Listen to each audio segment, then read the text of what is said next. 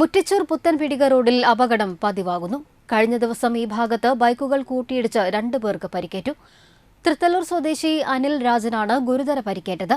ഇദ്ദേഹം തൃശൂരിലെ സ്വകാര്യ ആശുപത്രിയിൽ ചികിത്സയിലാണ്. ഈ റോഡിൽ മാത്തുതോടിന് സമീപം വാട്ടർ അതോറിറ്റിയുടെ സ്ലാബ് തകർന്നു കിടക്കുന്നതും റിപ്പയർ ചെയ്ത ഭാഗം നികത്താത്തതും മൂലമാണ് അപകടം പതിവാകുന്നത്.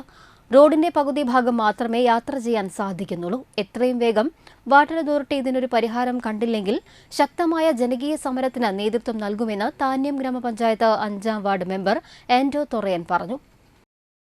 വാട്ടർ അതോറിറ്റി സ്ലാബുകൾ ഇട്ടും അതുപോലെ തന്നെ മെയിൻ്റനൻസ് നടത്തിയിട്ട് അത് ടാർ ചെയ്യാതെ കിടക്കുകയാണ്. ഒരുപാട് അപകടങ്ങളായി നടക്കുന്നു. ഇന്നലെ പ്രത്യേകിച്ച് 2 ബൈക്കുകൾ കൂട്ടിയിടിച്ച് വളരെ സീരിയസ് ആയിട്ടാണ് ബൈക്ക് യാത്രക്കാരനായ ഒരാൾ ഹോസ്പിറ്റലിൽ കിടക്കുന്നത്. മരണങ്ങൾ വരുമ്പോൾ മാത്രം ഇതുമായി ബന്ധപ്പെട്ടൊരു നടപടി വരാതെ വരുന്ന രീതിയിൽ നിന്ന് വാട്ടർ അതോറിറ്റിയും മറ്റു വകുപ്പുകളൊക്കെ മാറേണ്ട ഒരു കാലഘട്ടമാണ്. കാരണം ഒരു മനുഷ്യജീവൻ്റെ വില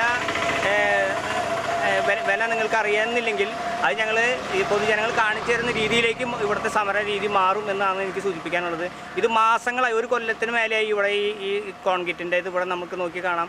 ഈ സ്ലാബ് തകർന്ന് കിടന്ന് അത് ക്ലിയർ ആക്കാതെ അത് കഴിഞ്ഞ് ഇവിടെ വാട്ടർ അതോറിറ്റിയുടെ മെയിൻ്റനൻസ് നടത്തിയിട്ട് ഒരു റോഡിൻ്റെ പകുതിയാണ് ശരിക്കുള്ളത്. ഇവിടെ വരുമ്പോൾ ഒരു കട്ട് റോഡ് റൈറ്റിലേക്ക് പോകുന്നുണ്ട്.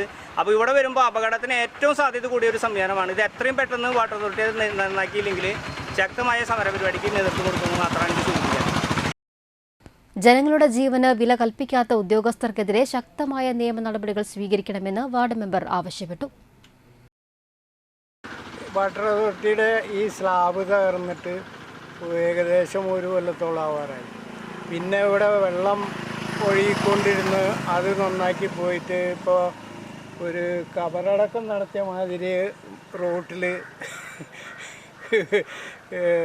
മണ്ണ് കൂട്ടി വെച്ചിരിക്കുന്നു. അതുകൊണ്ട് റോഡിൻ്റെ പകുതി ഭാഗം ഉപയോഗിക്കാൻ പറ്റുള്ളൂ. ഭയങ്കരമായിട്ട് അപകടം ഉണ്ടാകുന്ന സ്ഥലത്ത് ഞാൻ നിൽക്കണേ. ഇന്നലെ 2 ബൈക്ക് കൂട്ടി ഇടിച്ച് അപകടം ഉണ്ടായി. ഞങ്ങളെ സ്ഥിരം ഈ വാട്ടർ അതോറിറ്റിയുടെ പണി മുഴുവൻ ക്ലിയർ ആക്കാണ്ടുള്ള അപകടമാണ് കൂടുതലുണ്ടാവുന്നത്.